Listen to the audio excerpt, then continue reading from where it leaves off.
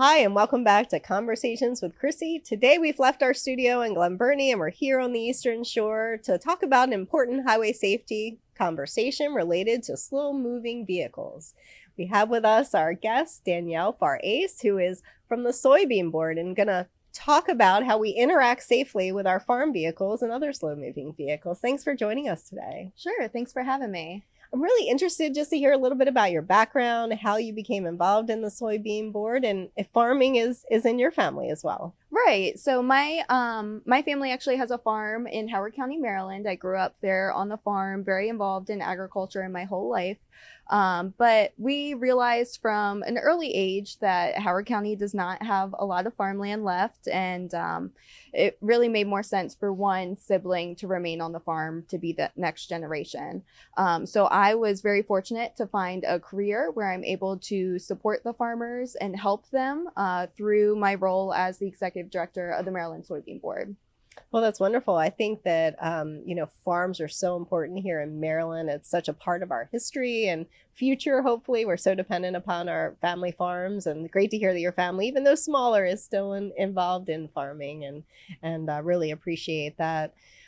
Obviously, with the springtime, we do think about planting and growing seasons. We may have little gardens of our own that we try to keep up at our own homes. So talk a little bit about what happens this time of year, what we should expect from farming vehicles on the roadway, and maybe what we should look out for. Sure. So as you said, spring planting is underway across the state. So farmers are beginning to travel the roadways with tractors and various implements to prepare the fields and get their crops in the ground. Motorists may also encounter sprayers, which are helping to prepare the fields for planting as well. And then over the next few months, you'll start to see combines hit the roadway as they begin to harvest small grains like wheat and barley. You'll continue throughout the summer to see those tractors and the various implements because farmers have different crop rotations and may be planting new crops throughout the season. You'll also continue to see sprayers on the roadway as they are applying crop protection products on the fields throughout the season into the fall. And then once we get into the fall, it's really that harvest time when you'll see the combines back on the roads to harvest the soybeans, corn, and any other grains that may be in the fields. So it's a great point. So regardless of what season it is, certainly you think about it now, but it really is throughout the year, maybe not so much in the winter, but other than that, probably pretty likely that you're going to see a vehicle on the roadway. Yep.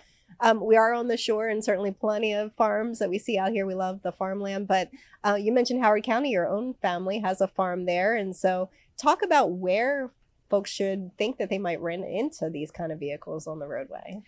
So you can really see farm equipment on the roadway anywhere in the state. So in Maryland, we are often referred to as America in miniature because we have such a diverse geography across the state. And so you may see farmers who are growing grains, you may see farmers growing produce or any other type of crop. But really you can see them very common here on the eastern shore of Maryland, but even in the central areas, as you said, is really where there's a lot of concern about farm equipment on the roadways because there are farms in that area and those roads are just generally busier because there's a higher population living in those areas. Makes sense. And then you go further west, you see a lot more open space and farmland, and maybe even in southern Maryland, still a lot of farmland. Yep. Right? Yep. So no matter where you are, be careful of those vehicles. Let's talk a little bit more about the vehicles. You named the different types of vehicles, and we all see they're very large. They sit high. Talk about some of the challenges of driving one of those and interacting with other vehicles on the roadway. Right. So farm equipment, first and foremost, is slow moving. So in most cases, it's traveling at speeds under 25 miles an hour, which is why it's marked with that orange triangular emblem, the slow moving vehicle emblem. The farmers do recognize in many cases that they're delaying traffic and will often pull over to allow you to pass when it's safe for everyone to do so. Farm equipment is also very large and may sit up higher, as you said. And so it may require the farmer to take up multiple lanes of traffic to reach their destination or to make a wide turn. In many cases, they do try to utilize the shoulder when possible, but like right now, the ground's a little wet. it's a little soft, it may be unsafe for them to do so, or it may be blocked by obstructions like road signs, trees, mailboxes, things like that, which would require them to pull further out into the roadway. Because some of it where farms are located might only be one passage lane each way, which Yep. obviously makes it difficult for cars to get past. So it sounds like we need just a little bit of patience, Yes. right, as we're interacting with these vehicles. The other thing we always think about with larger vehicles, I know we put the message out about trucks in terms of, there's that area that they have blind spots. They just can't see you if you're in that area. Obviously, that's a safety issue. And so we want to be careful. Is the same kind of theory true with exactly? And so, as I mentioned, the farmers will oftentimes pull over when it's safe for everyone to do so. And so really just staying back a few feet and giving farmers that space, and then they will let you know when it's safe to pass them. And they've got a good vantage point because they may be sitting at a higher perspective, so they can kind of see what's going on with the roadway traffic. Yep, exactly. We always talk about kind of the common causes. Unfortunately, we see, fatalities are caused by pretty much the same reasons each year, whether that's speed or impairment, distracted driving, not wearing your seatbelts.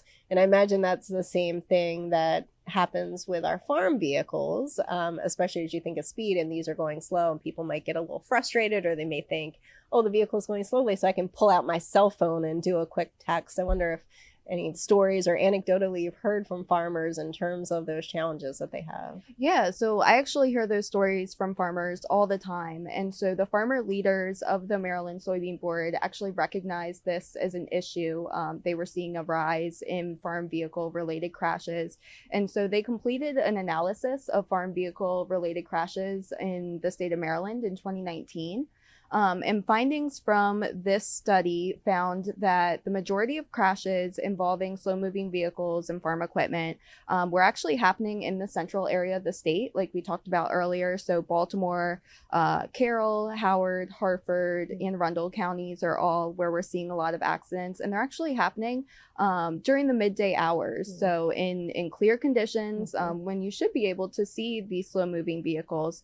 But again, we found that rear end collisions were the leading type of these crashes, and lack of attention actually accounted for over 1/3 of the cause of the crashes.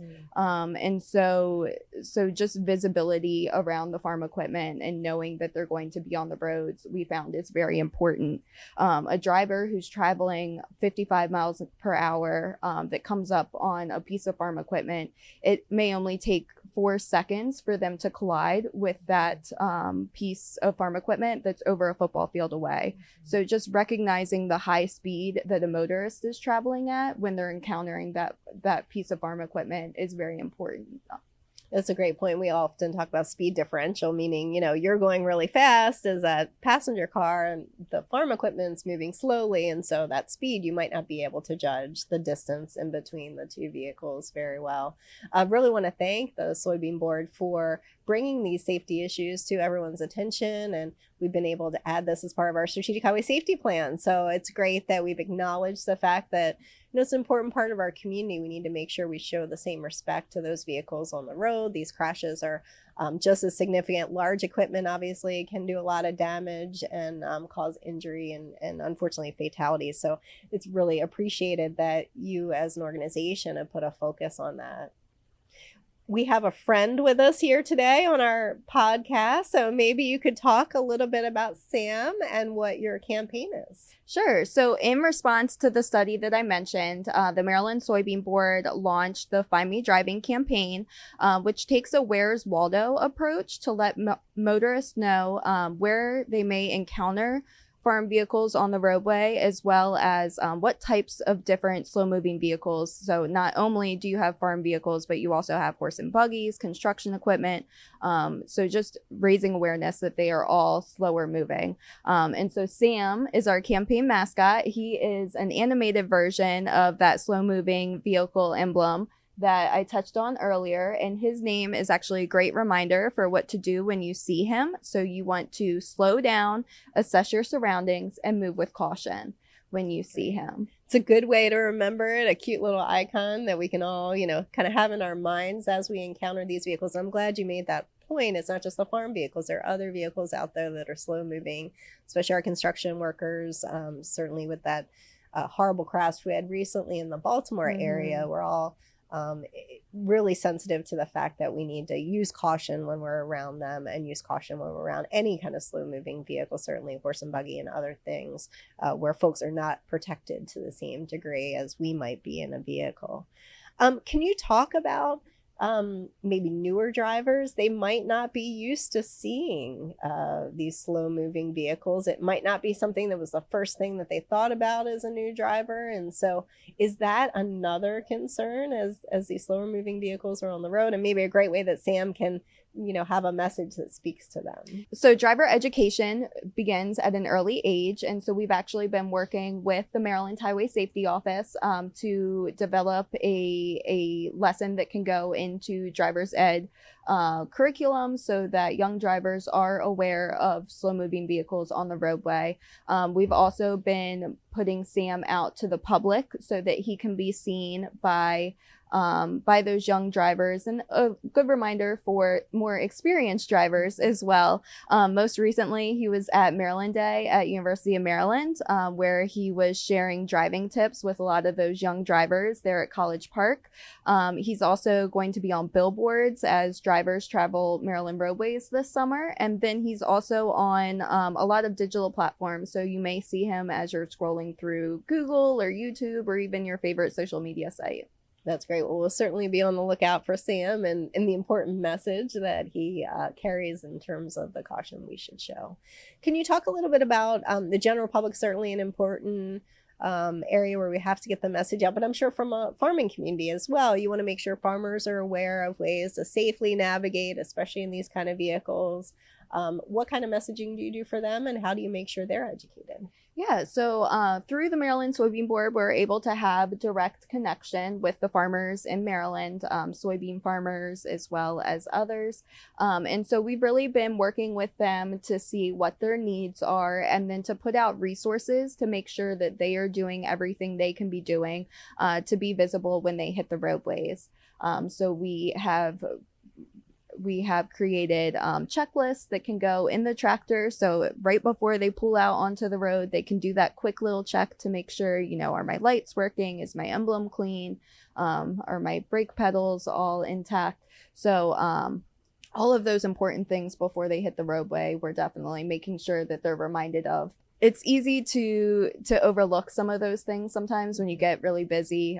We all make mistakes. And so just trying to make sure that it's really front of mind before the farmers hit the roadway.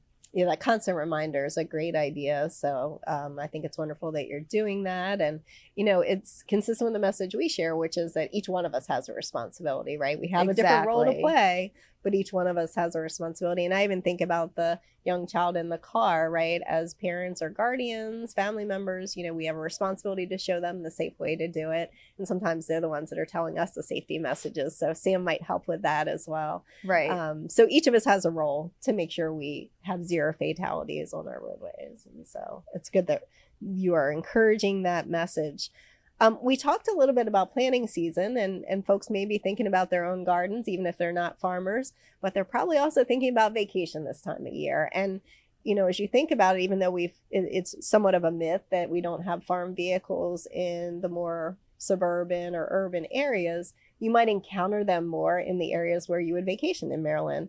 And so I wonder if that's a concern and something just for our listeners to think about as they head maybe to Eastern Shore or Western Maryland on vacation, that they might encounter vehicles they might not otherwise see normally. Yep, exactly. So as Marylanders are headed to the beach or wherever your favorite vacation spot is, we definitely want to encourage them just to keep an eye out for slow moving vehicles. As I said, the farm equipment will be on the roadway throughout the summer months into the fall. And I know you want to get to the beach as quickly as possible, but the farmers also want to get home to their families safely.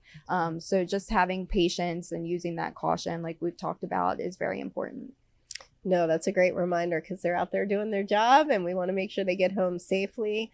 $13 billion is what farms contribute to the Maryland economy. I was really blown away by that number. I knew certainly we've got a great farming community, but that has a significant impact. And certainly thank you to all the farmers out there who are making sure we've got fresh produce and goods to consume. It's really such an important part of our economy in Maryland. Yes, it's actually Maryland's #1 industry is agriculture. And so these farmers are working tirelessly to grow our food. And so they really just need a break sometimes. Exactly. And have a little patience when it's you not an encounter easy them. job, I'm sure, working from sun up to sundown some days, Yep, right? In order and to even keep later. everything going. So, well, I want to say thank you to all of our farmers of the Soybean Board for all your contributions. I think it's the least we can do to make sure we're interacting with those farm vehicles safely. And so I'd ask our listeners to take that message forward. We've got Sam here, our mascot, who's reminding us about how we can be safe around farm vehicles. Thank you, Danielle, for joining me for this month's Conversations with Chrissy. I really appreciate it. I think it's an important message. Might not always be top of mind, but a good reminder for everybody. So thank you. Yeah, and I would just like to thank the Maryland Highway Safety Office for their support of this project and raising awareness about slow-moving vehicles on the roadway. And I'd also just like to remind Marylanders to use caution and have patience when they may encounter farm equipment on the roadways this summer. If you live in an area where it's common to see slow-moving vehicles on the roadway, leave 10 minutes early. Even if you encounter a tractor and have to travel 20 miles per hour for 2 miles, that's only adding 6 minutes to your commute, which is about the equivalent of being stopped at 2 stoplights. So really, in the grand scheme, it may feel like forever, but it's not that much time. And just have that patience and the caution. Patience is an important message. I know we're all moving at a fast pace these days, but the perspective, I think, is important. And is it worth getting involved in a crash or a collision where somebody could potentially be hurt, or even worse than that? And so I think that's a great message really to leave with. We're asking all Marylanders to be patient and knowing the great work that our farmers are doing to deliver those crops to us and keep all of us healthy. So again, thank you. And thank you to your family for your contribution to that. It's really appreciated, I think, by everyone. So I want to thank everybody for joining us again this month for Conversations with Chrissy. Look forward to talking with you again.